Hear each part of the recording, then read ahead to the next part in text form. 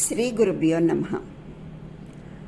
వైశాఖ పురాణం మొదటి అధ్యాయం. ఈ అధ్యాయంలో వైశాఖ మాస ప్రశంసం గురించి తెలియజేశారు.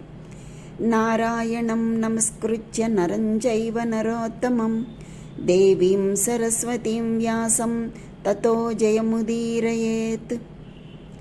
సూత మహర్షి సౌనకాది మహర్షులను ఉద్దేశించి ఈ విధంగా పలికెను. మహర్షులారా వినండి. రాజర్షియగు అంబరీషుడు బ్రహ్మ మానసపుత్రుడగు నారదుణ్ణి చూసి నమస్కరించి, మహర్షి, మీరు అన్ని మాసాల మహత్యాన్ని వివరించారు. అన్ని మాసములందు వైశాఖ మాసం మిక్కిలి ఉత్తమమైనది, శ్రీ మహావిష్ణువునకు మిక్కిలి ప్రీతిపాత్రమైనది అని చెప్పారు. వైశాఖ మాసం శ్రీ మహావిష్ణువునకు ఇష్టము అవుటకు కారణమేమిటి? ఈ మాసమునందు విష్ణుప్రియములైన ధర్మాలేమిటి? మానవులు ఆచరించవలసిన దానములను వాటి ఫలితములను వివరింపగోరుచున్నాను. పూజ, దానము మొదలగు వానిని ఏ దైవమునుద్దేశించి చేయవలేను? వాటి యొక్క ఫలము ఎటువంటిది? పూజాద్రవ్యములు ఎటువంటివి? మొదలగు విషయములను దయవుంచి వివరించాలని కోరుతున్నాను అని సవినయముగా ప్రశ్నించెను. నారదుడు, రాజర్షి అంబరీష విను అని ఈ విధంగా పలికెను. పూర్వము ఒకప్పుడు నేను బ్రహ్మను మాసముల మహిమను మాస ధర్మములను వివరింపగోరితిని. బ్రహ్మ, నారద, శ్రీ మహావిష్ణువు లక్ష్మీదేవికి మాస ధర్మములను చెప్పుచుండగా విన్నాను. నీకిప్పుడు శ్రీ మహావిష్ణువు లక్ష్మీదేవికి చెప్పిన విషయమునే చెప్పుదును. మాసముల అన్నింటిలోనూ కార్తీకము, మాఘము, వైశాఖము ఉత్తమములు. ఆ 3 మాసములలో వైశాఖ మాసము మిక్కిలి ఉత్తమము. వైశాఖము ప్రాణులకు తల్లివలే సదా సర్వాభీష్టములను కలిగించును. ఈ మాసమందు ఆచరించిన స్నానము, పూజ, దానము మొదలగునవి పాపముల అన్నింటినీ నశింపచేయును. ఈ మాసమున చేసిన స్నాన, పూజ, జప, దానాదులను దేవతలు సైతము తలవంచి గౌరవిస్తారు.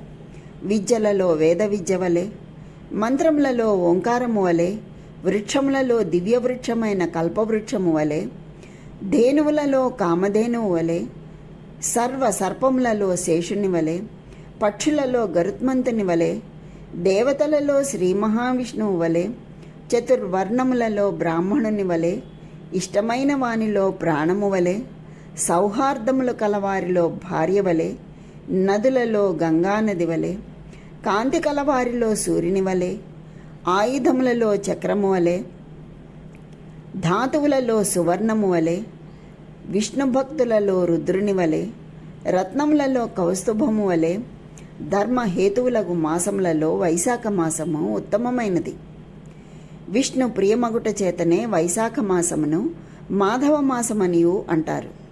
విష్ణు ప్రీతిని కలిగించు మాసములలో వైశాఖ మాసమునకు సాటి అయినది లేదు. సూర్యుడు మేషరాశి యందు ఉండగా వైశాఖమున సూర్యోదయమునకు ముందుగా నదీ తటాకాదులలో స్నానం ఆచరించినట్లయితే శ్రీ మహావిష్ణువు లక్ష్మీదేవితో కలిసి అతి ప్రీతితో వానిని ఉద్ధరించనించును.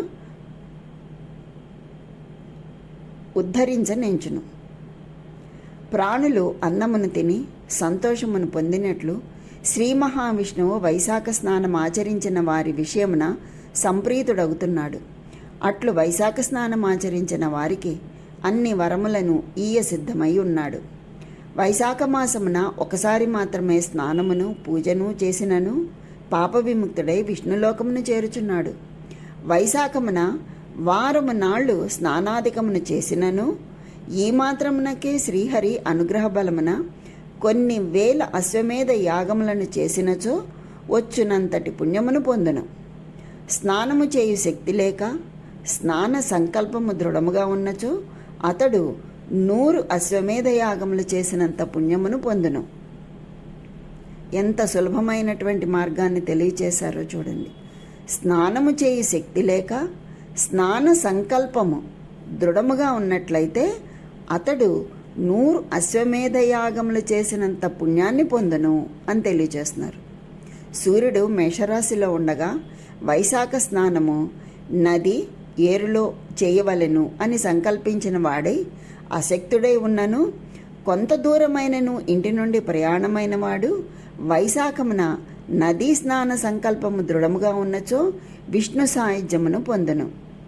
ఇందులో కూడా చెప్తున్నారు చూడండి, వైశాఖ స్నానము నదిలో ఏరులో చేయాలి, కానీ చేయలేడు. అలా చెయ్యాలి అని సంకల్పించుకుని చేసే శక్తి లేకపోయినా చేద్దాము అని కొంత దూరం ఇంటి నుంచి బయటకు వెళ్ళలేక వెనక్కి తిరిగి వచ్చేసి ఆ సంకల్పముతో ఉన్నటువంటి వాడు వైశాఖంలో ఈ నదీ స్నాన సంకల్పము దృఢముగా ఉన్నట్లయితే అతడు విష్ణు సాయుధ్యాన్ని పొందుతాట. అంటే వెళ్ళలేనివాడు వెళ్ళాలి, స్నానం చేయాలి నదిలో అని అనుకుని సంకల్పం చేసుకుని కొంచెం దూరం వెళ్ళలేక వెనక్కి వచ్చేసినప్పటికీ కూడా నదీ స్నానము చెయ్యాలి అనే సంకల్పము, ఈ వైశాఖంలో నేను ఎలాగైనా నదీ స్నానము చెయ్యాలి అనే సంకల్పము కలిగి వెళ్ళలేకపోయిన వాడికి కూడా విష్ణు సాయుధ్యము లభిస్తుందిట. అంటే అంత భక్తితో మీరు కనీసం సంకల్పం అన్నా చేసుకోండి, అది కూడా ఫలిస్తుంది అని తెలియచేస్తున్నారు. ఇంతకన్నా సులభమైన మార్గం ఏ భగవంతుడు మనకి కలిగిస్తాడు చెప్పండి? కనుక ఇటువంటి దానిని, ఈ మాసాన్ని వదులుకోకూడదు అని మనకి పెద్దలు చెప్తున్నారు. అంబరీష మహారాజా సర్వలోకముల యందున్న తీర్థదేవతలు బాహ్య ప్రదేశమున ఉన్న జలము నది అయినను తటాకమైనను సెలయేరైనను అందుచేరి ఉంటారు.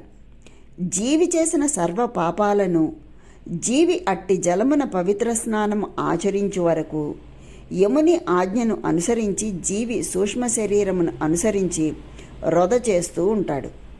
జీవి వైశాఖమున అట్టి బాహ్య ప్రదేశమున ఉన్న జలమున స్నానము ఆచరింపగానే ఆ జలమును అధిష్ఠించి ఉన్నటువంటి సర్వదేవతల శక్తి వలన ఆ జీవి చేసిన సర్వ పాపములు హరించును. ఎంత బాగా చెప్పారో చూడండి. సర్వ తీర్థములలోనూ అన్ని చోట్ల అన్ని లోకాల్లో ఉన్నటువంటి దేవతలు ఆ జలాన్ని ఆవహించి ఉంటారు.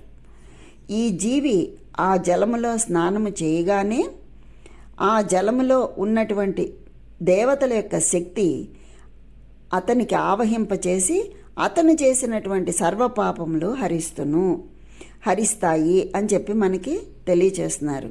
అంటే దేవతాశక్తి వలన జీవి చేసినటువంటి పాపాలు పోతాయి, తొలగుతాయి అని చెప్తున్నారు. అంతేకాదు ఇంకా ఏం చెప్తున్నారు? సర్వ తీర్థదేవతలు సూర్యోదయం మొదలుకొని 6 గడియల వరకు బాహ్య ప్రదేశమునందున్న ఆ నదీ జలమును ఆశ్రయించి ఉండును. సర్వతీర్థ దేవతలు సూర్యోదయం నుంచి 6 గడియల వరకు బాహ్య ప్రదేశంలో ఉన్నటువంటి ఆ నదీ జలమును ఆశ్రయించి ఉంటారు. ఆ జలమున తామున్న సమయంలో స్నానం ఆచరించిన వారికి హితము కలిగిస్తారు, చెయ్యని వారిని శాపాదులచే నశింపచేస్తారు. వారు శ్రీ మహావిష్ణువు ఆజ్ఞను అనుసరించి ఈ విధంగా చేస్తారు. సూర్యోదయమైన 6 గడియల తర్వాత తీర్థదేవతలు తమ తమ స్థానాలకు వెళ్ళిపోతారు. మరలా సూర్యోదయమునకు ముందుగా బాహ్య ప్రదేశమందున్న జలమును ఆవహించి స్నానమాడిన వారి పాపములను నశింపచేయుచుందురు. అందుకని సూర్యోదయమునకు మొదలుగానే లేచి వెళ్ళి ఆ నదిలో స్నానం ఆచరించాలి అని మనకి తెలియచేస్తున్నారు. ఇది స్కాంద పురాణాంతర్గతమైనటువంటి వైశాఖ పురాణంలోని 1వ అధ్యాయం సంపూర్ణం. ఆ మహావిష్ణువు యొక్క అనుగ్రహం అందరికీ కలగాలని కోరుకుంటూ స్వస్తి.